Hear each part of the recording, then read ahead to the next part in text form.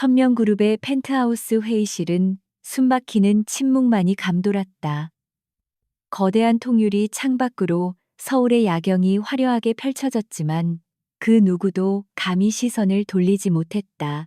모든 이의 시선은 상석에 앉은 한 남자, 바로 이 거대한 제국의 주인이자 냉혹한 군주인 강태준에게 고정되어 있었다. 그의 서늘한 눈빛이 길고 정교한 회의 테이블을 천천히 훑자 임원들의 어깨가 저도 모르게 움츠러들었다. 그래서 이것이 최선입니까? 그의 목소리는 낮고 조용했지만 그 안에 담긴 무게감은 회의실의 공기를 얼어붙게 만들기에 충분했다. 그의 앞에 놓인 보고서는 수십억 원이 걸린 인수합병 프로젝트에 관한 것이었다.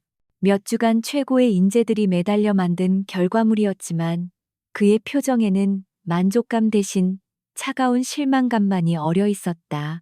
그의 날카로운 지적 하나하나가 보고서의 허점을 파고들 때마다 담당 임원의 얼굴은 하얗게 질려갔다. 강태준은 감정을 드러내는 법이 없는 남자였다. 그의 세계에서 감정은 불필요한 사치이자 약점일 뿐이었다. 오직 완벽한 논리와 계산, 그리고 상대를 압도하는 카리스마만이 존재의 가치를 증명했다. 그는 자신에게도 타인에게도 가차 없었다.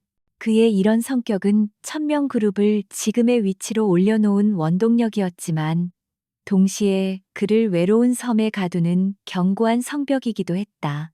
회의가 끝난 후 그는 자신을 기다리던 비서에게 간단히 지시를 내리고 개인 집무실로 향했다. 거대한 공간에는 오직 최고급 가구들과 현대 미술 작품들만이 정갈하게 놓여 있었다. 그는 소파에 몸을 기대고 잠시 눈을 감았다. 머릿속에서는 여전히 복잡한 수식과 계약 조건들이 떠다녔다. 여자 사랑 그리고 따뜻함 같은 단어들은 그의 사전에 존재하지 않았다. 과거의 상처가 남긴 깊은 흉터는 그를 그렇게 만들었다.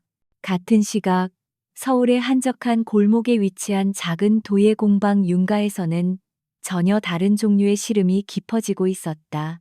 젊은 도예가인 서윤채는 차가운 통지서 한 장을 손에 쥔 채 망연자실하게 앉아 있었다.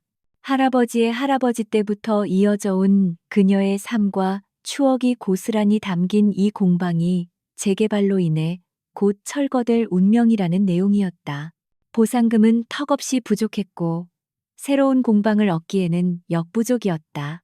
그녀에게 이곳은 단순한 작업 공간이 아니었다. 흙의 냄새와 가마의 온기, 그리고 섬세한 손길로 빚어진 도자기 하나하나에 그녀 가족의 역사가 깃들어 있었다. 그녀는 최근 심혈을 기울여 만든 다랑아리를 조심스럽게 어루만졌다.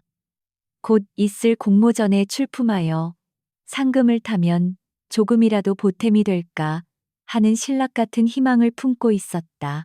그녀의 세상은 강태준의 세상과는 정반대의 온도를 가지고 있었다. 그날 밤 강태준은 할아버지가 주선한 맞선 자리에 억지로 끌려나갔다. 유명 정치가의 딸이라는 여자는 화려하게 치장하고 끊임없이 자신을 과시했지만 그의 눈에는 지루한 인형처럼 보일 뿐이었다. 그는 최소한의 예의만 갖춘 채 자리를 박차고 나왔다. 쏟아지는 비를 맞으며 차라리 걷는 것이 낫다고 생각했다. 차가운 빗방울이 그의 뜨거운 머리를 식혀주길 바라면서 비서는 그의 돌발 행동에 안절부절못했지만 감히 그의 결정을 막지 못했다. 그는 비를 피할 생각도 없이 거리를 걸었다. 수많은 상점의 불빛이 빗물에 번져 몽환적인 풍경을 만들어냈지만 그의 마음은 여전히 공허했다.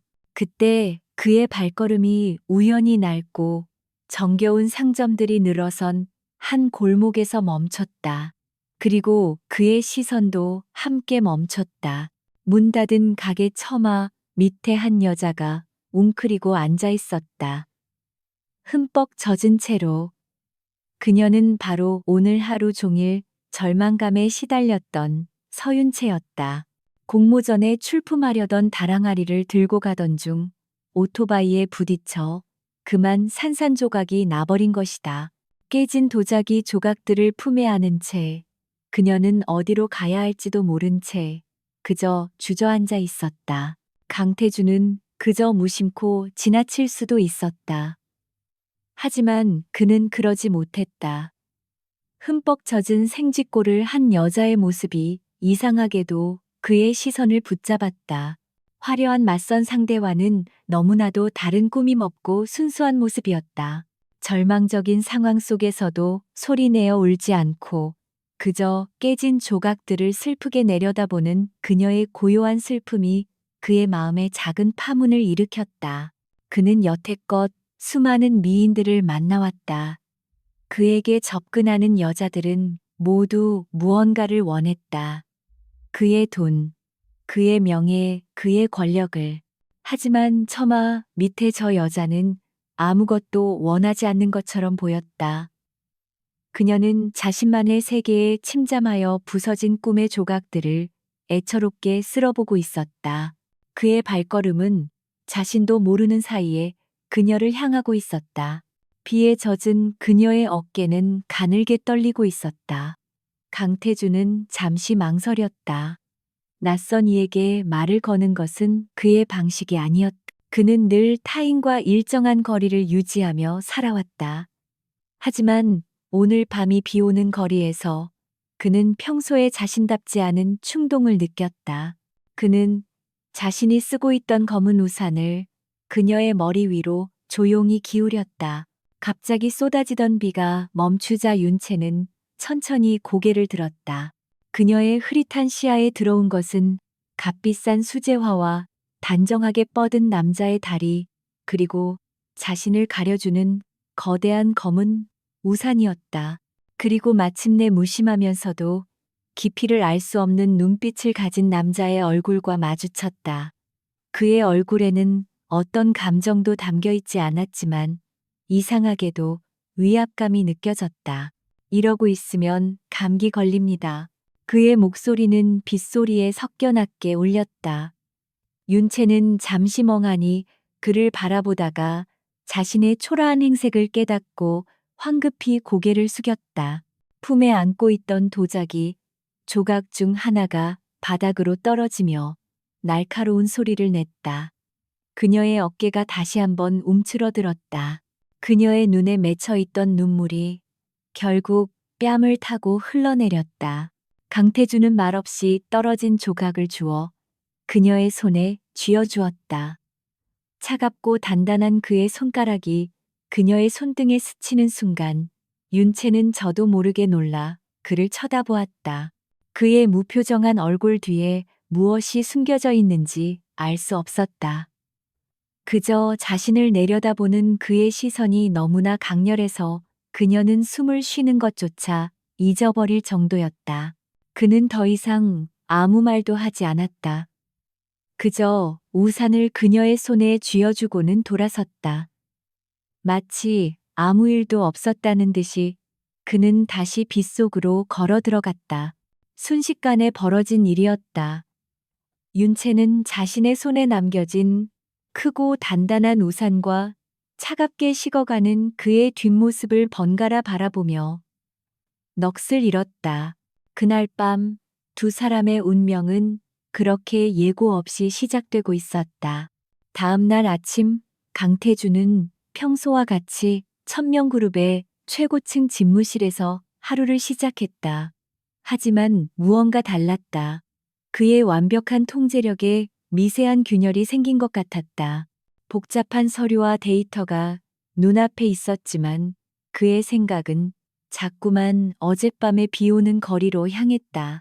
깨진 도자기를 끌어안고 있던 여자의 젖은 어깨와 슬픔에 잠긴 눈망울이 잔상처럼 떠올라 그의 집중력을 흐트렸다. 그는 이런 종류의 혼란에 익숙하지 않았다. 그의 머릿속은 언제나 차가운 이성과 전략으로 가득 차 있었다. 감정적인 동요는 시간 낭비이자 비효율의 극치라고 여겨왔다. 그는 마른 세수를 하며 머리를 흔들었다. 그저 변덕스러운 동정심이었을 뿐이라고, 곧 사라질 사소한 감정이라고 치부하려 애썼다. 하지만 그 여자의 이미지는 안개처럼 끈질기게 그의 의식을 맴돌았다. 그의 상념은 비서의 노크 소리에 의해 중단되었다. 비서는 오늘의 일정을 보고했고 그 마지막에는 그가 가장 기피하는 약속이 포함되어 있었다. 바로 강 회장 그의 할아버지와의 저녁 식사였다. 어젯밤의 맞선이 실패로 돌아간 것에 대한 질책이 이어질 것이 뻔했다. 그는 짧게 한숨을 내쉬었다. 천하의 강태준도 그의 할아버지 앞에서는 고집을 꺾어야 할 때가 있었다. 저녁이 되자 그는 고풍스러운 분위기의 본가로 향했다. 거대한 한옥 저택은 그의 할아버지가 가진 권위와 전통을 그대로 보여주는 듯했다. 저녁 식사 자리의 공기는 무거웠다. 강 회장은 별말 없이 식사를 마친 후 서재에서 그를 기다렸다. 묵직한 목재 책상에 앉은 노 회장의 눈빛은 여전히 날카롭게 빛나고 있었다. 그는 서론 없이 바로 본론으로 들어갔다. 어제 그 자리는 어땠느냐? 제 스타일이 아니었습니다. 강태준의 건조한 대답에 강 회장의 미간이 좁혀졌다. 그는 혀를 차며 말했다. 내 스타일을 따지다가 회사를 말아먹을 셈이냐. 수많은 이들이 천명 그룹을 주시하고 있다. 총수가 불안정한 모습을 보이는 것은 그룹 전체에 악영향을 미친다. 그의 목소리에는 실망감과 함께 단호한 의지가 담겨 있었다. 그것은 단순한 조언이 아닌 명령이었다. 그리고 마침내 최후 통첩이 떨어졌다. 3달 주겠다. 그 안에 내 짝을 찾아 결혼해라. 그렇지 않으면 긴급 이사회를 소집해서 내 자리를 재고해 볼 생각이다. 강태준의 눈빛이 차갑게 가라앉았다. 할아버지가 진심이라는 것을 알 수 있었다. 그에게 결혼은 사업을 위한 전략적 제휴, 그 이상도 이하도 아니었지만 그는 자신의 삶을 그런 식으로 얽매고 싶지 않았다. 그는 분노를 억누르며 저택을 나왔다. 그의 인생에서 유일하게 그의 뜻대로 되지 않는 것이 바로 할아버지의 고집이었다. 복잡한 심경으로 차에 오르려던 순간 그의 조카인 강아린이 나타났다. 그녀는 태준과 가장 가깝게 지내는 가족으로 유일하게 그의 얼음장 같은 방어막을 스스럼 없이 허물고 들어오는 존재였다. 그녀는 심각한 그의 표정을 보고 무슨 일이 있었음을 직감했다. 다음 날 아리는 그의 집무실로 불쑥 찾아왔다. 그녀는 할아버지의 결혼 압박에 대해 이미 들어 알고 있었다. 그녀는 그의 책상 앞에 앉아 걱정스러운 얼굴로 말했다. 삼촌 언제까지 그렇게 혼자 살 거야? 할아버지 화나게 해서 좋을 거 하나도 없어. 태주는 서류에서 눈을 떼지 않은 채 대답했다. 내일은 내가 알아서 한다. 아리는 그런 그의 태도에 익숙하다는 듯 한숨을 쉬었다. 알아서 하긴 뭘 알아서 해. 맨날 일만 하니까 여자 만날 시간도 없는 거잖아. 이럴 땐 작전이 필요하다고. 그녀는 잠시 무언가 골똘히 생각하더니 번뜩이는 아이디어가 떠오른 듯 눈을 반짝였다. 그녀는 자신의 스마트폰을 꺼내 사진첩을 뒤지기 시작했다. 자, 이 애 어때? 내 제일 친한 친구야. 착하고, 예쁘고, 순수하고. 할아버지가 좋아하실 만한 조건은 다 갖췄어. 아린이 그에게 내민 스마트폰 화면에는 한 여자의 사진이 떠 있었다. 환하게 웃고 있는 모습이었다. 태주는 귀찮다는 듯 무심코 화면을 보다가 순간적으로 숨을 멈췄다. 사진 속의 여자는 낯이 익었다. 바로 어젯밤 비에 젖은 채 처마 밑에 앉아있던 바로 그 여자였다. 이런 우연이 있을 수 있을까? 그의 마음속에서 무언가 빠르게 계산되기 시작했다. 할아버지의 압박 결혼이라는 귀찮은 문제, 그리고 눈앞에 나타난 이 여자. 그는 이것이 위기를 기회로 바꿀 수 있는 절묘한 카드일지도 모른다고 생각했다. 감정 없는 계약 관계. 그것이야말로 자신에게 가장 완벽한 해결책이었다. 그는 아린에게 무심한 척하며 그녀의 친구에 대해 몇 가지를 물었다. 그는 즉시 비서에게 서윤채라는 이름의 여자에 대한 모든 것을 조사하라고 지시했다. 몇 시간 후 그의 책상 위에는 그녀의 신상 정보가 담긴 파일이 놓여 있었다. 평범한 미대생 대대로 도예가 집안, 그리고 현재 재개발 문제로 공방이 철거될 위기에 처해 있다는 사실까지 그녀의 약점이 명확하게 드러났다. 그는 차갑게 미소 지었다. 협상은 훨씬 수월해질 터였다. 그는 윤채에게 직접 연락했다. 갑작스러운 그의 연락에 윤채는 당황했지만 어젯밤에 우산을 돌려줘야 한다는 생각에 약속 장소로 나갔다. 그는 자신의 집무실이 아닌 조용한 호텔 라운지에서 그녀를 기다렸다.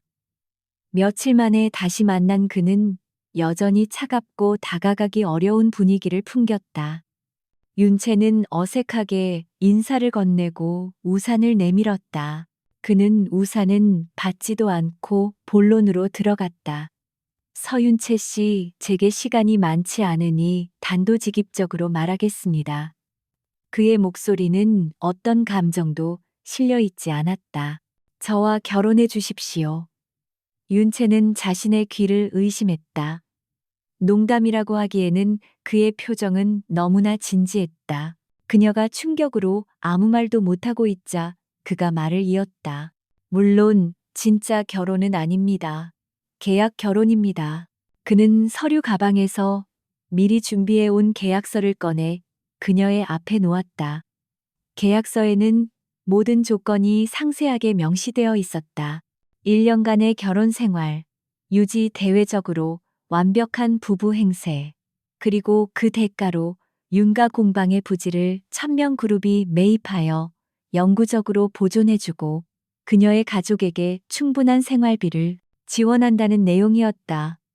사생활은 철저히 보장되며 계약 기간이 끝나면 깨끗하게 이혼한다는 조항도 있었다. 윤채는 떨리는 손으로 계약서를 읽어내려갔다. 모욕감과 분노가 치밀어 올랐다. 자신의 삶과 가족의 꿈을 돈으로 사겠다는 이 남자의 오만한 태도에 역겨움을 느꼈다. 그녀는 당장이라도 이 서류를 그의 얼굴에 던지고 싶었다. 하지만 눈앞에 아른거리는 것은 철거 통지서를 받고 망연자실하던 부모님의 얼굴과 역사가 담긴 공방의 모습이었다. 그녀의 침묵을 긍정으로 해석했는지 그가 마지막 쐐기를 박았다. 서윤채 씨에게는 거절할 수 없는 제안일 텐데요. 당신의 자존심과 가족의 미래 어느 쪽이 더 중요합니까? 그의 말은 비수처럼 그녀의 마음에 꽂혔다. 그녀는 입술을 깨물었다. 선택의 여지가 없었다.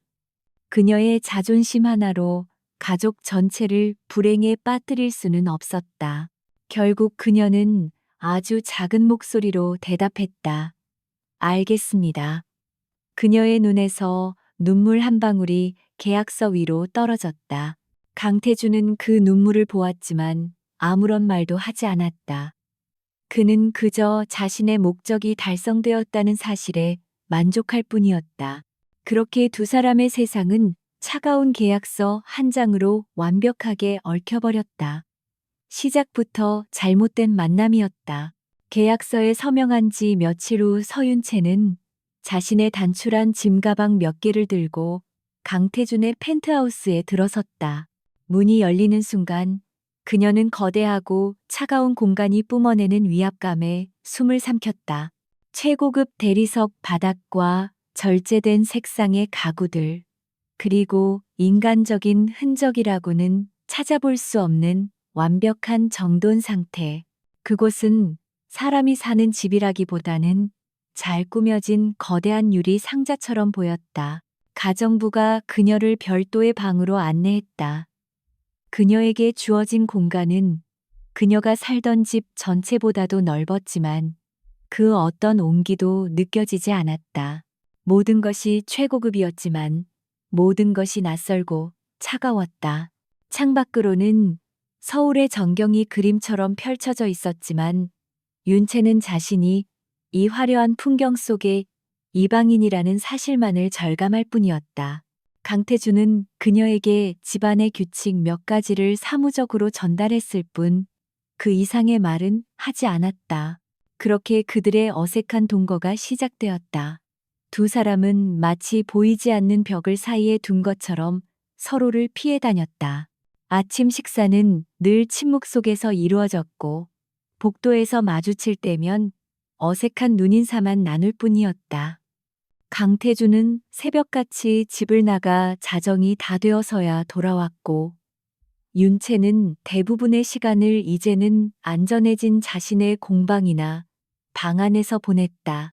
펜트하우스의 적막함은 그녀를 숨막히게 했다. 그녀는 생명이 없는 공간을 견디지 못하는 사람이었다. 며칠을 고민하던 그녀는 작은 변화를 시도하기로 마음먹었다. 그녀는 화훼시장에 가서 작은 화분 몇 개를 사왔다. 햇살이 잘 드는 거실, 창가에 푸른 잎사귀를 가진 식물들을 놓자 삭막하던 공간에 비로소 작은 생기가 돌기 시작했다. 어느 날 밤 그녀는 늦게까지 작업하다 들어와 주방에서 물을 마시고 있었다. 곧이어 강태준이 지친 기색이 역력한 얼굴로 귀가했다. 그는 평소처럼 자신을 스쳐 지나가려다 창가의 화분들을 발견하고 잠시 걸음을 멈췄다. 그의 미간이 미세하게 찌푸려졌다. 그의 완벽한 공간에 허락 없이 들어온 이물질. 하지만 그는 이상하게도 그것을 치우라고 말하는 대신 잠시 바라보다가 서재로 들어가 버렸다. 그날 이후 윤채의 작은 변화는 계속되었다. 그녀는 강태준이 매일 밤 지친 몸으로 들어와 인스턴트 식품이나 셰프가 준비한 차가운 음식으로 끼니를 때운다는 것을 알게 되었다. 그녀는 무언가 해야겠다고 생각했다. 전문적인 요리는 아니었지만 그녀는 정성을 담아 따뜻한 된장찌개를 끓이고 몇 가지 소박한 반찬을 만들어 식탁 위에 차려놓았다.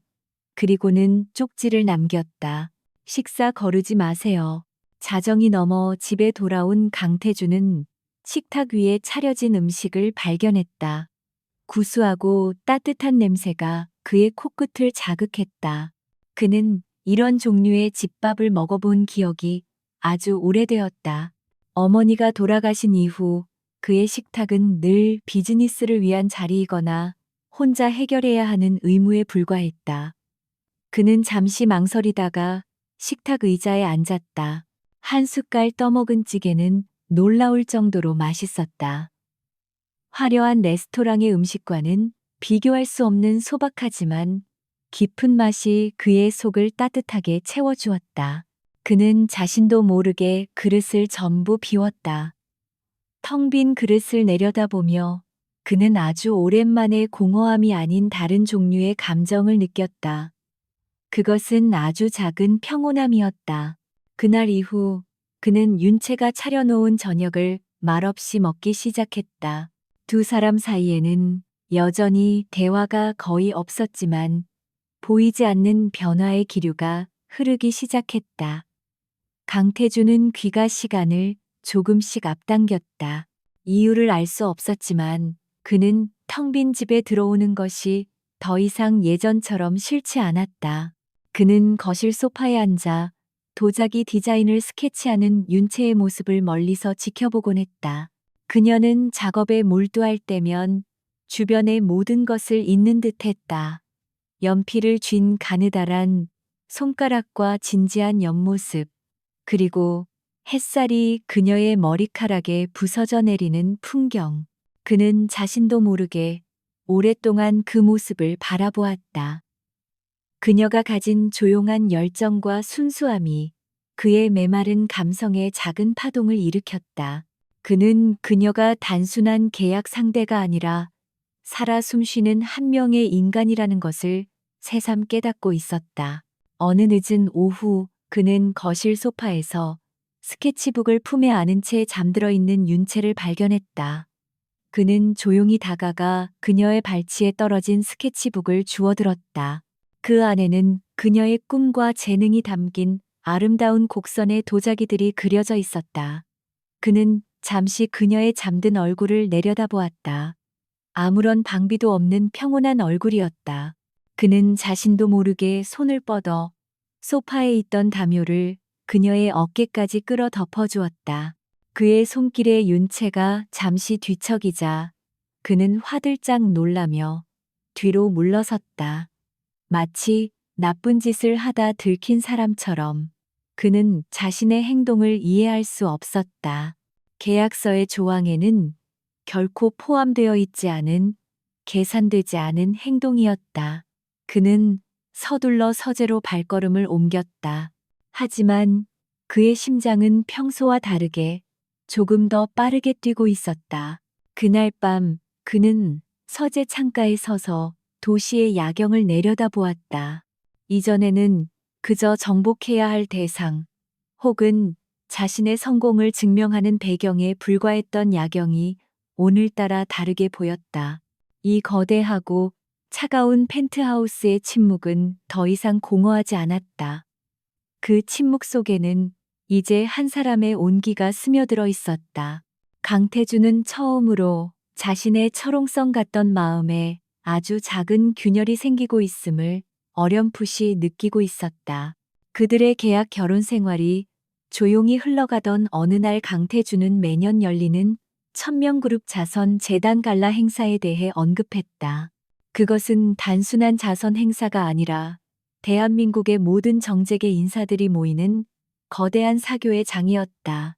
그는 무심한 표정으로 윤채에게 말했다. 그날 내 약혼녀로서 공식적으로 참석해야 합니다. 이것은 그들의 계약 관계에 있어 첫 번째 중대한 시험대였다. 그 말을 듣는 순간 윤채의 심장은 바닥으로 떨어지는 듯했다. 그녀는 평생 그런 화려한 세계와는 담을 쌓고 살아왔다. 수많은 카메라와 호기심, 어린 시선들 속에서 재벌의 약혼녀 행세를 해야 한다는 생각만으로도 숨이 막혔다. 그녀의 불안감을 읽었는지 그는 덧붙였다. 걱정할 것 없습니다. 필요한 모든 것은 준비될 겁니다. 당신은 그저 내 옆에 있기만 하면 됩니다. 행사 당일 펜트하우스는 아침부터 분주했다. 강태준이 보낸 최고의 스타일리스트 팀이 도착하여 윤채를 변신시키기 시작했다. 몇 시간 후 평소 수수한 옷차림의 그녀는 우아한 실루엣의 실크 드레스를 입고 보석으로 장식된 아름다운 여성으로 다시 태어났다. 그녀가 조심스럽게 방에서 나왔을 때 거실에서 기다리던 강태준은 순간적으로 말을 잃었다. 그는 늘 그녀의 순수한 모습을 봐왔지만 완벽하게 꾸며진 그녀의 모습은 완전히 다른 종류의 아름다움을 뿜어내고 있었다. 달빛을 머금은 듯 은은하게 빛나는 드레스와 수줍게 빛나는 그녀의 눈동자가 어우러져 비현실적인 분위기를 자아냈다. 그는 자신도 모르게 그녀에게서 시선을 떼지 못했다. 그는 이내 평소의 무표정한 얼굴로 돌아왔지만 그의 눈동자에 스쳤던 짧은 감탄의 순간을 윤채는 놓치지 않았다. 행사장에 도착하자 그들은 입구에서부터 쏟아지는 플래시 세례에 휩싸였다. 재계의 얼음 왕자 강태준이 낯선 여자와 함께 나타났다는 사실만으로도 엄청난 화제였다. 수많은 사람들의 속삭임과 노골적인 시선에 윤채는 어깨를 움츠리며 본능적으로 그의 팔을 꽉 잡았다. 그녀의 떨림을 느낀 그는 다른 한 손으로 그녀의 손등을 부드럽게 감싸 쥐었다. 예상치 못한 그의 따뜻한 손길에 그녀는 놀라 그를 쳐다보았다. 연회장 안은 대한민국을 움직이는 권력자들로 가득 차 있었다. 그리고 그들 중에는 오랫동안 강태준의 옆자리를 노려온 한수연도 있었다.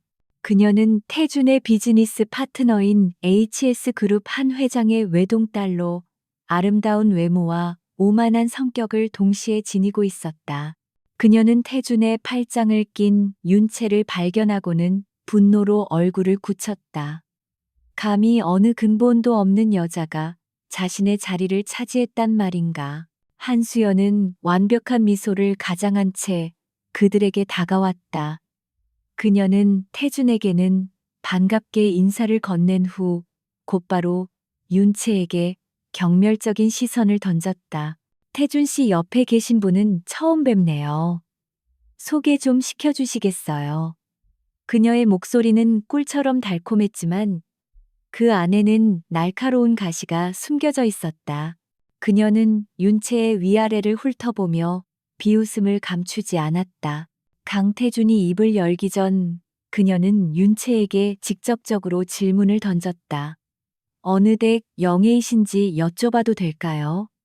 제가 웬만한 집안 사람들은 다 아는데 얼굴이 아주 낯서네요. 그것은 윤채의 출신이 보잘것없을 것이라는 확신에 찬 교묘한 공격이었다.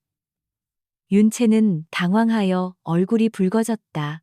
이런 식의 모욕은 처음 겪는 일이라 어떻게 대처해야 할지 알 수 없었다. 그녀가 우물쭈물하는 순간 강태준이 그녀의 허리를 감싸 안으며 한 걸음 앞으로 나섰다. 그의 목소리는 얼음장처럼 차가웠다. 제 약혼녀입니다. 한수연 씨. 그리고 제 사람은 누구의 허락을 받고 소개될 필요가 없습니다. 그의 단호한 태도에 주변의 공기가 순식간에 얼어붙었다. 그는 한수연에게서 시선을 떼고 윤채에게 다정한 목소리로 물었다. 피곤해 보이는데 잠시 쉴까요? 그것은 전례 없는 일이었다. 강태준이 공개적인 장소에서 그것도 한 여자를 위해 다른 사람에게 이토록 노골적인 적대감을 드러낸 것은 처음이었다. 연회장에 있던 모든 사람들은 충격에 휩싸였다. 그는 완전히 망신을 당해 굳어버린 한수연을 뒤로하고 윤채를 데리고 조용한 테라스로 향했다. 그의 행동은 명확한 메시지를 전달했다. 서윤채는 자신의 보호하에 있다는 강력한 경고였다. 테라스에 단둘이 남게 되자 그는 그녀에게 괜찮냐고 물었다. 윤채는 아직도 심장이 두근거렸지만 자신을 지켜준 그를 보며 고개를 끄덕였다. 감사합니다.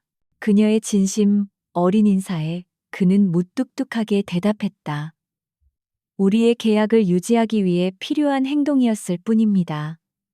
하지만 그의 눈빛은 평소와 달랐다. 한수연이 그녀를 공격했을 때 그는 계약이나 비즈니스를 넘어서는 본능적인 분노를 느꼈던 것이다. 그 시각 연회장에 홀로 남겨진 한수연은 치욕감에 부들부들 떨고 있었다. 감히 자신에게 이런 굴욕을 안겨주다니. 그녀의 아름다운 얼굴은 질투와 증오로 일그러졌다. 그녀는 결심했다. 저 서윤채라는 여자가 누구인지 낱낱이 파헤쳐서 반드시 강태준의 앞에서 끌어내리겠다고. 그녀는 곧장 누군가에게 전화를 걸어 서윤채에 대한 뒷조사를 의뢰했다. 폭풍의 전조였다.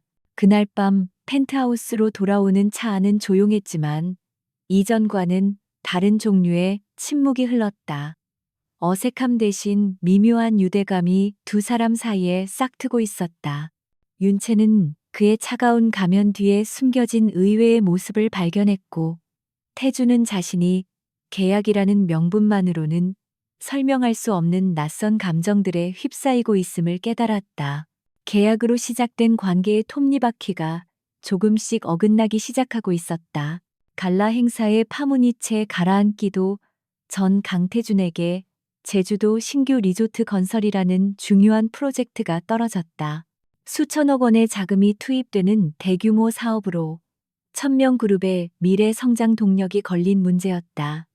그는 며칠간의 제주도 출장을 준비하며 윤채에게 통보했다. 이번 출장 함께 가야겠습니다. 보수적인 해외 투자자들에게 안정적인 모습을 보여줄 필요가 있습니다. 계약 조항에 명시된 의무였다. 윤채는 반박할 수 없었다. 하지만 그의 곁에서 약혼녀 행세를 하는 것은 아직도 편치 않았다. 특히 지난번 행사에서 겪었던 일 때문에 더욱 위축되었다. 그럼에도 그녀는 묵묵히 고개를 끄덕였다. 제주도의 푸른 바다는 삭막한 서울의 펜트하우스와는 전혀 다른 풍경을 그들에게 선물했다. 고급 리조트의 독립된 빌라는 고요했고 파도 소리만이 나지막이 들려왔다. 다음 날 투자자들과의 첫 미팅 자리에서 예상치 못한 인물이 나타났다. 바로 강태준의 오랜 라이벌이자 유진건설의 대표인 최민혁이었다. 그는 특유의 사람 좋은 미소를 지으며 나타나 이번 프로젝트 입찰에 참여하게 되었다고 말했다. 그의 등장은 회의장의 공기를 미묘하게 바꾸어 놓았다. 그는 강태준과 악수를 나눈 뒤 윤채에게로 시선을 돌렸다. 그의 눈빛은 집요하고 불편했다. 소문으로만 듣던 강 대표님의 피양새시군요. 말씀대로 정말 미인이십니다. 그는 칭찬을 가장한 무례한 시선으로 그녀를 훑었다. 윤채가 어색하게 미소 짓자 그는 태준을 향해 비아냥거리듯 말했다. 강 대표님이 일 말고 여자에게 관심이 있는 건 처음 봐서 말입니다. 역시 영웅은 미인을 얻는 법인가 봅니다. 태준은 아무런 표정 변화 없이 그를 응시했지만 그의 눈빛은 칼날처럼 서늘했다. 오후에는 프로젝트 부지를 시찰하기 위해 모두 해안 절벽으로 이동했다. 바람이 제법 거세게 불었고 좁은 길을 따라 현장을 둘러보던 중이었다. 최민혁은 투자자에게 무언가 설명하는 척하며 윤채의 곁으로 다가왔다. 그리고 그가 한 투자자와 어깨를 부딪히는 순간 균형을 잃은 투자자가 비틀거리며 윤채를 밀쳤다. 바로 그 옆에는 측량을 위해 세워둔 묵직한 장비가 아슬아슬하게 서 있었다. 모든 것이 순식간에 일어났다. 비명을 지를 틈도 없이 측량 장비가 윤채를 향해 쓰러지기 시작했다. 절벽 가장자리에 서 있던 그녀는 피할 곳이 없었다. 바로 그 위기의 순간 강태준이 번개처럼 움직였다. 그는 몸을 날려 윤채를 자신의 품으로 끌어안고 함께 바닥으로 굴렀다. 묵직한 쇳덩이가 그의 팔을 스치며 바닥에 내리꽂혔다.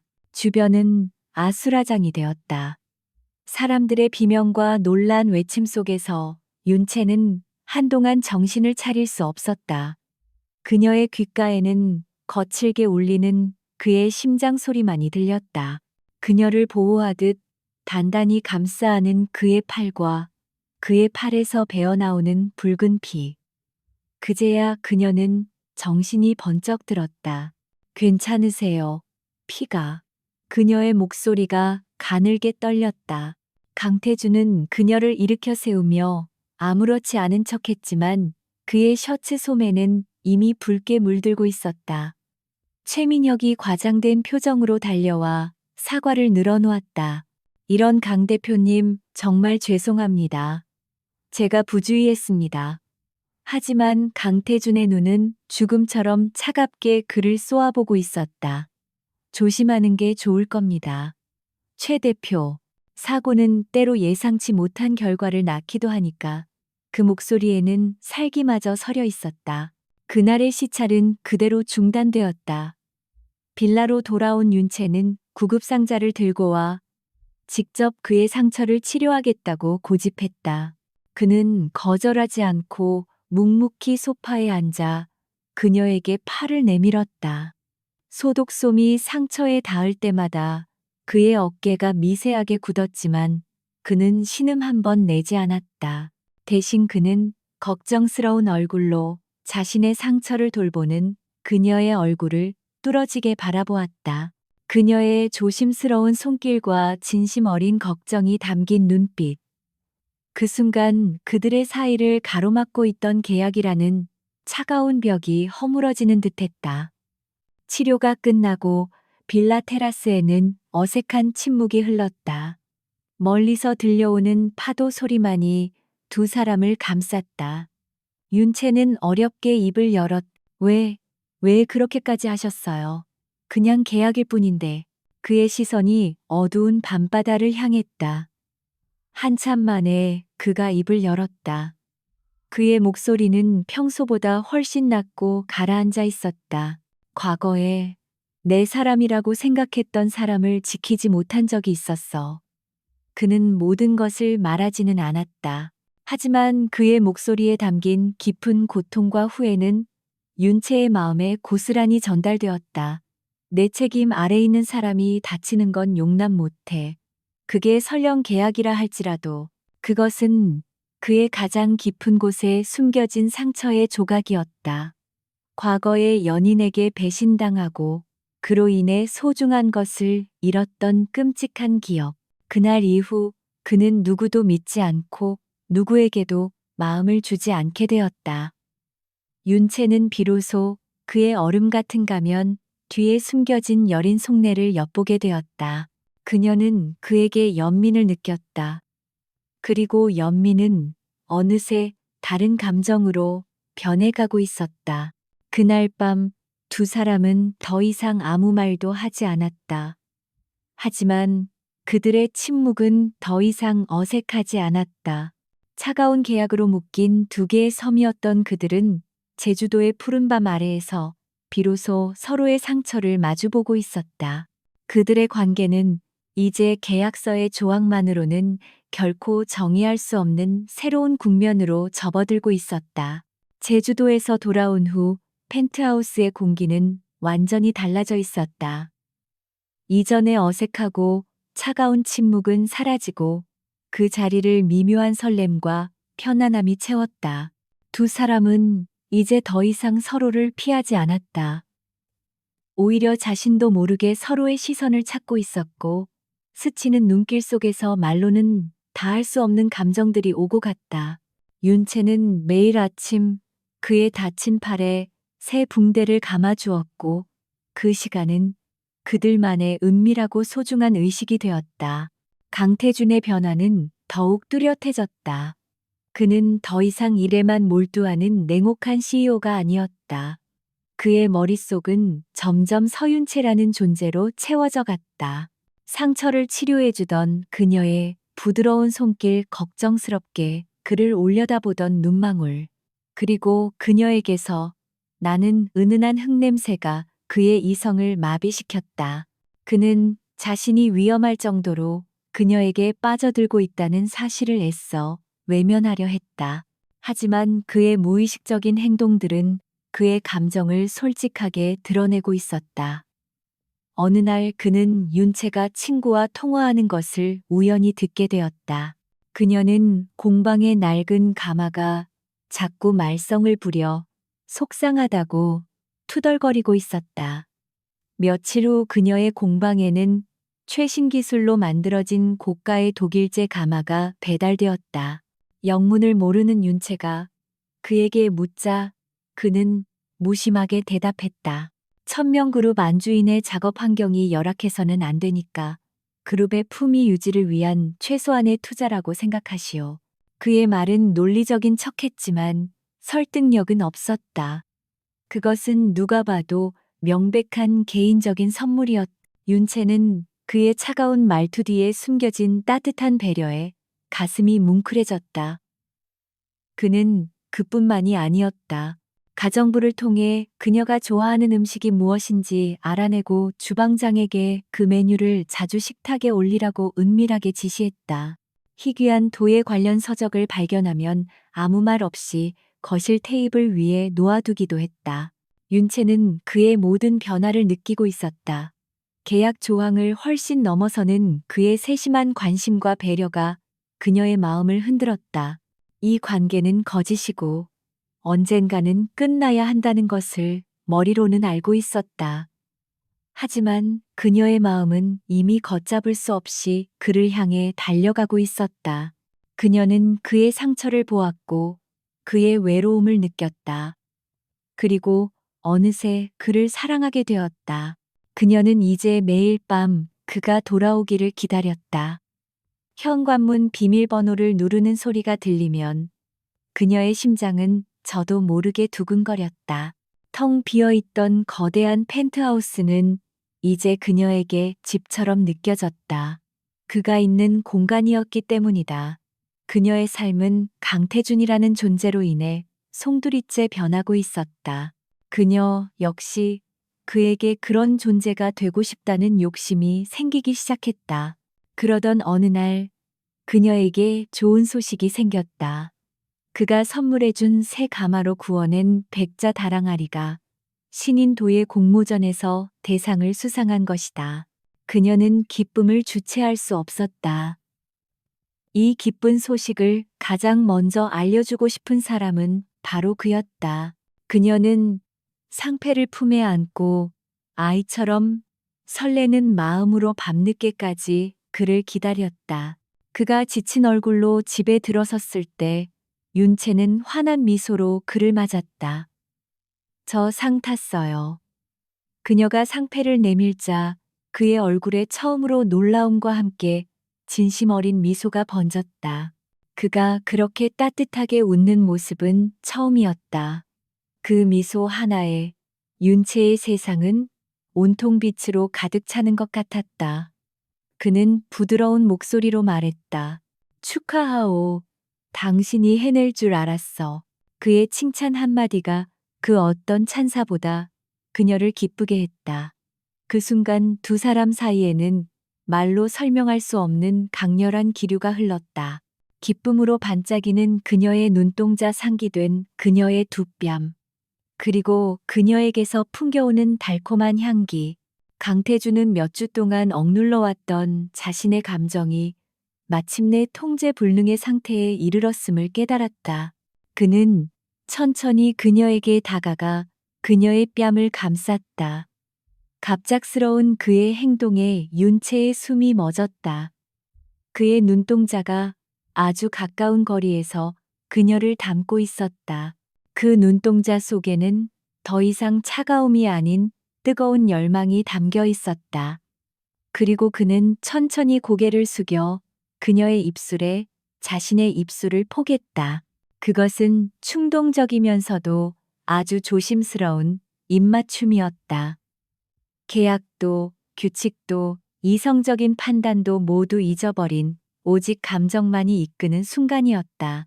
처음에는 놀라 굳어있던 윤채도 이내 그의 입맞춤에 응했다. 그녀 역시 오랫동안 숨겨왔던 자신의 마음을 그 입맞춤에 모두 실었다. 두 사람의 그림자가 달빛 아래에서 하나로 겹쳐졌다. 한참 후 두 사람의 입술이 아쉽게 떨어졌다. 그들은 아무 말도 하지 못하고 서로를 바라보기만 했다. 숨막히는 침묵 속에서 두 사람의 눈빛은 그 어떤 언어보다 더 많은 이야기를 나누고 있었다. 이 하룻밤의 입맞춤으로 그들의 계약 관계는 돌이킬 수 없는 강을 건너버렸다. 더 이상 비즈니스가 아닌 진짜 사랑이 그들 사이에 피어나고 있었다. 입맞춤 이후 두 사람의 관계는 이전과는 비교할 수 없을 정도로 깊어졌다. 강태준과 서윤채는 더 이상 계약서상의 파트너가 아니었다. 그들은 조심스럽게 서로의 세계를 탐색하기 시작한 진짜 연인이었다. 강태준은 난생 처음으로 누군가를 기다리는 설렘을 느꼈고, 윤채는 그의 존재만으로도 세상이 따뜻해질 수 있다는 것을 깨달았다. 이 위태롭고 깨어지기 쉬운 행복이 영원할 것만 같았다. 하지만 그들의 행복을 시기하는 어두운 그림자가 그들 모르게 드리워지고 있었다. 갈라 행사에서 공개적으로 망신을 당한 한수연은 복수의 칼날을 갈고 있었다. 그녀가 고용한 흥신소는 서윤채의 뒷조사를 샅샅이 뒤졌지만 그녀에게서는 어떤 흠도 찾아낼 수 없었다. 그녀의 삶은 이름처럼 너무나 맑고 깨끗했다. 분노가 극에 달했을 때 그녀에게 교활한 협력자가 나타났다. 바로 최민혁이었다. 제주도에서 강태준에게 완패한 최민영 역시 복수의 기회를 노리고 있었다. 그는 한수연에게 접근하여 공동의 적을 무너뜨리자고 제안했다. 그는 강태준과 서윤채의 관계가 어딘가 부자연스럽다는 것을 직감했다.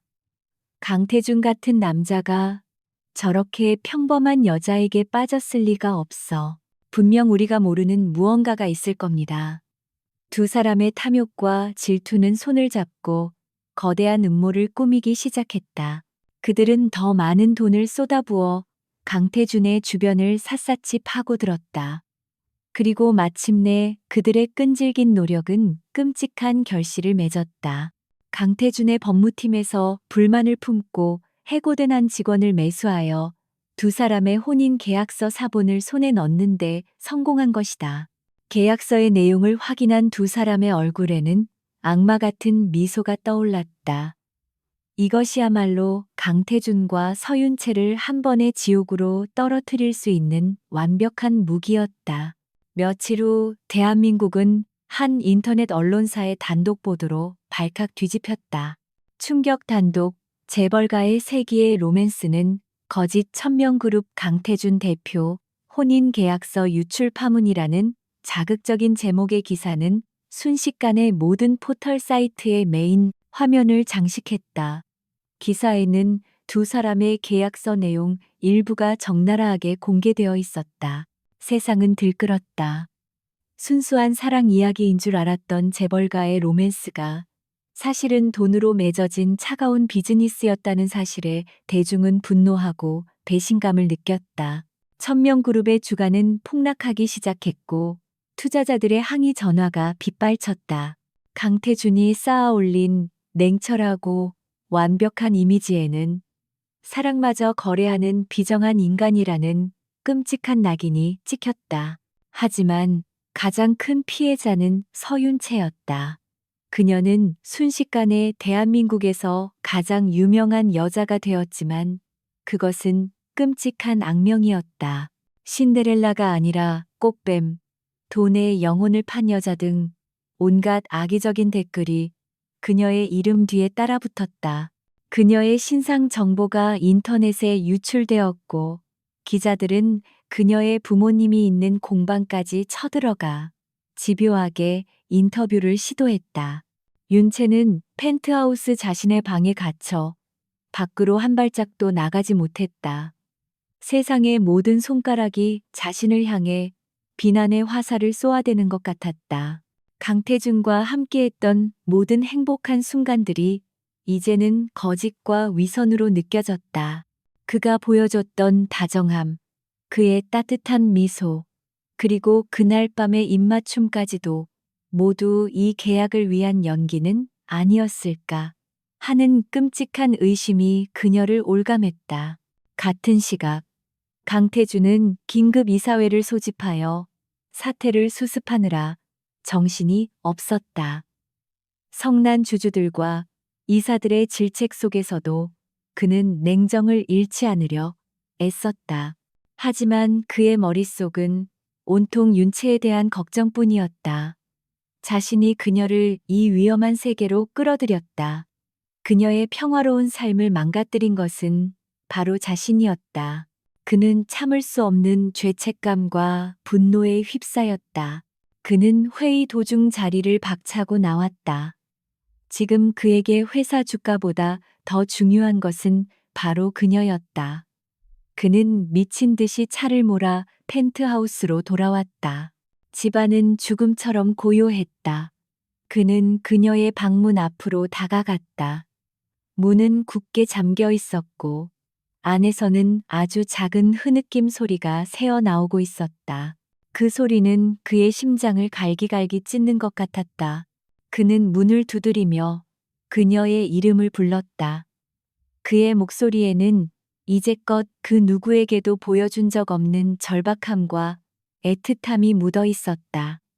서윤채 씨 문 좀 열어봐. 제발, 나랑 얘기 좀 합시다. 하지만 문 안에서는 아무런 대답도 들려오지 않았다. 두 사람 사이에는 단단한 문 하나가 가로막고 있었지만 그들이 느끼는 마음의 거리는 그보다 훨씬 더 멀고 깊었다. 거대한 폭풍이 마침내 그들의 세계를 집어삼키고 있었다. 굳게 닫힌 방문 앞에서 강태주는 더 이상 망설이지 않았다. 그는 비서를 불러 마스터키를 가져오게 했다. 문이 열리고 그는 방 한구석에 웅크리고 앉아 있는 윤채의 작고 연약한 모습을 발견했다. 그녀는 눈물로 얼룩진 얼굴로 그를 올려다보았다. 그녀의 눈빛 속에는 깊은 상처와 배신감, 그리고 희미한 원망이 뒤섞여 있었다. 그 시선이 그의 심장을 아프게 찔렀다. 그는 천천히 그녀에게 다가가 무릎을 꿇고 눈을 맞췄다. 그의 목소리는 그 어느 때보다 진실되고 간절했다. 계약서 사실입니다. 내 오만함과 어리석음으로 시작된 관계였소. 그는 자신의 잘못을 솔직하게 인정했다. 하지만 당신을 향한 내 마음까지 거짓인 것은 아니오. 당신을 만나고 내 세상이 변했어. 제발 나를 믿어줘요. 그의 눈동자가 절박하게 흔들리고 있었다. 윤채는 그 눈동자 속에서 단 한 번도 본 적 없는 그의 맨얼굴을 보았다. 계산도 전략도 없는 오직 한 여자를 잃고 싶지 않은 한 남자의 진심이었다. 그녀의 마음을 올가매던 의심의 가시가 조금씩 녹아내리기 시작했다. 그녀는 떨리는 손을 뻗어 그의 뺨을 감쌌다. 그것은 그녀의 대답이었다. 그는 그녀를 일으켜 세웠다. 그리고는 이전의 냉철하고 결단력 있는 CEO의 모습으로 돌아왔다. 하지만 이제 그의 싸움은 회사를 위한 것이 아니었다. 그것은 그의 사랑과 명예, 그리고 한 여자의 인생을 지키기 위한 전쟁이었다. 그는 즉시 자신의 비서와 법무팀을 소집했다. 그의 눈은 차가운 분노로 불타고 있었다. 최민혁과 한수연, 그들은 감히 건드려서는 안 될 것을 건드렸다. 다음 날 오전 천명그룹은 긴급 기자회견을 예고했다. 대한민국 모든 언론사의 이목이 집중되었다. 모두가 강태준이 어떻게 이 위기를 변명하고 수습할 것인지, 혹은 그의 사퇴 발표를 기대하고 있었다. 기자회견장에는 수백 명의 기자들이 몰려들어 발 디딜 틈이 없었다. 마침내 강태준이 단상 위로 모습을 드러냈다. 그의 모습은 전혀 위축되어 있지 않았다. 오히려 평소보다 더 당당하고 압도적인 카리스마를 뿜어내고 있었다. 그리고 모두를 놀라게 한 것은 그의 옆에 서윤채가 함께 서 있었다는 사실이다. 그녀는 두려움에 떨고 있었지만 그의 손을 굳게 잡고 고개를 꼿꼿이 세웠다. 두 사람의 등장은 그 자체로 하나의 강력한 메시지였다. 그들은 함께 싸울 것이라고. 카메라 플래시가 폭죽처럼 터지는 가운데 강태준이 입을 열었다. 그의 목소리는 낮고 단호하게 회견장을 울렸다. 예, 언론에 보도된 대로 계약서는 존재했습니다. 그의 폭탄 같은 인정의 장내는 술렁였다. 그것은 사람을 믿지 못했던 제 과거가 만든 어리석은 실수였습니다. 하지만 종이 한 장이 사람의 마음을 재단할 수는 없습니다. 그는 윤채의 손을 더욱 굳게 잡으며 말을 이었다. 저는 이 사람을 사랑하게 되었습니다. 따라서 그 계약서는 이제 아무런 의미도 없는 휴지 조각일 뿐입니다. 제게 유일한 진실은 제 옆에 있는 이 사람을 사랑한다는 것, 그것 하나뿐입니다. 그의 진심 어린 고백에 기자들은 순간적으로 할 말을 잃었다. 그 어떤 변명보다도 강력한 진실의 힘이 느껴졌기 때문이다. 그리고 그는 곧바로 칼날을 돌렸다. 그리고 저는 이 비열한 스캔들 뒤에 누가 있는지 알고 있습니다. 그의 말이 끝나자마자 그의 뒤에 있던 거대한 스크린에 충격적인 자료들이 나타나기 시작했다. 유진건설 최민혁 대표의 횡령 뇌물수수, 그리고 부실 공사와 관련된 명백한 증거들이었다. 강태준이 오랫동안 준비해온 반격의 카드였다. 천명그룹은 오늘부로 유진건설의 불법 행위에 대해 검찰에 공식적으로 수사를 의뢰하는 바입니다. 그의 선언에 회 견장은 다시 한번 충격에 휩싸였다. 그는 최민혁을 완벽하게 파멸시키는 동시에 한수연에 대해서도 언급하는 것을 잊지 않았다. 이번 사건은 유진건설과 일부 불만을 품은 비즈니스 파트너의 합작품인 것으로 파악하고 있습니다. 그는 그녀의 이름을 직접 거론하지 않았지만 모두가 그것이 누구를 의미하는지 알 수 있었다. 마지막으로 그는 윤채를 향한 인신공격에 대해 이야기했다. 그의 목소리는 분노로 차갑게 얼어붙어 있었다. 제 약혼녀는 재능 있는 예술가이지 여러분이 말하는 그런 사람이 아닙니다. 지금 이 순간 이후로 그녀와 그녀의 가족에 대한 허위 사실을 유포하거나 명예를 훼손하는 모든 언론과 개인에 대해 천명그룹이 가진 모든 법적 수단을 동원하여 대응할 것입니다. 이것은 경고가 아닌 약속입니다. 기자회견은 그렇게 끝났다. 강태준은 자신을 둘러싼 모든 의혹을 정면으로 돌파하고 적에게는 치명적인 반격을 가했으며 사랑하는 여자를 강철의 벽으로 지켜냈다. 여론은 순식간에 뒤바뀌었다.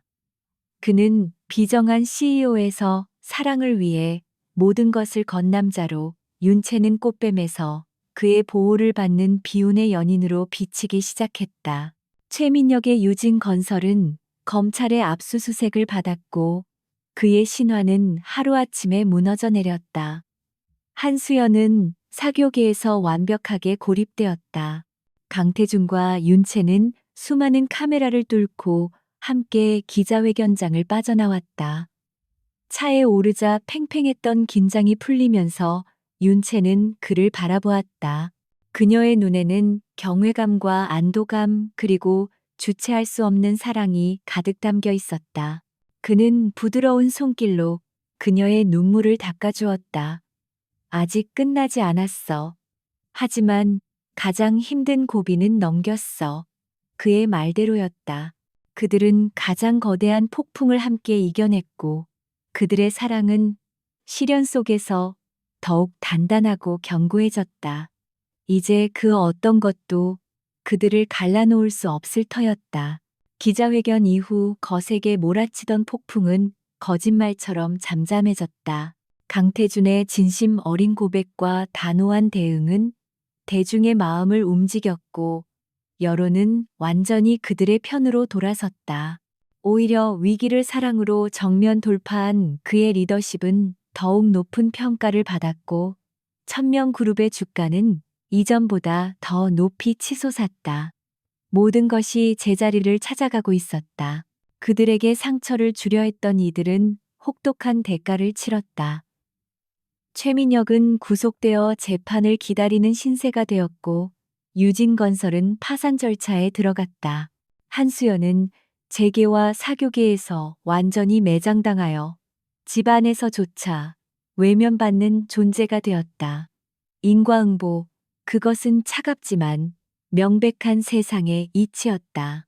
그들의 어두운 그림자는 이제 두 사람의 삶에서 완전히 거쳤다. 펜트하우스에는 이전에는 상상할 수 없었던 따뜻한 온기가 감돌았다. 강태준은 의식적으로 일찍 귀가하는 날이 많아졌고 두 사람은 함께 저녁을 먹고 소소한 일상을 나누며 평범한 연인들처럼 시간을 보냈다. 그는 종종 그녀의 공방을 찾아가 흙을 빚는 그녀의 모습을 넋을 잃고 바라보곤 했다. 그녀의 세상과 그의 세상은 이제 자연스럽게 하나로 어우러져 있었다. 어느 달빛이 유난히 밝은 밤이었다. 강태준은 윤채를 데리고 그녀의 가족이 운영하는 윤가 공방으로 향했다. 위기를 극복하고 이제는 완벽하게 그들의 터전으로 남게 된 곳이었다. 은은한 달빛 아래 공방은 흙냄새와 함께 고요하고 평화로운 분위기를 자아내고 있었다. 그곳은 그녀의 뿌리이자 그가 지켜주고 싶었던 그녀의 세상이었다. 그는 자신의 서류 가방에서 낡은 서류 한 뭉치를 꺼내 들었다. 그것은 바로 두 사람을 처음 묶어주었던, 그리고 그들에게 지울 수 없는 상처를 남겼던 혼인 계약서 원본이었다. 그는 윤채의 눈을 깊이 바라보며 말했다. 이 종이 한 장이 당신을 내게 데려왔지만 동시에 당신에게 너무나 큰 고통을 주었어. 이제 이것은 우리에게 아무런 힘도 갖지 못해. 그는 그 말을 끝으로 계약서를 천천히 그리고 힘주어 찢기 시작했다. 종이가 찢어지는 소리가 밤의 정적을 갈랐다. 그는 잘게 찢긴 종이 조각들을 허공에 흩날렸다.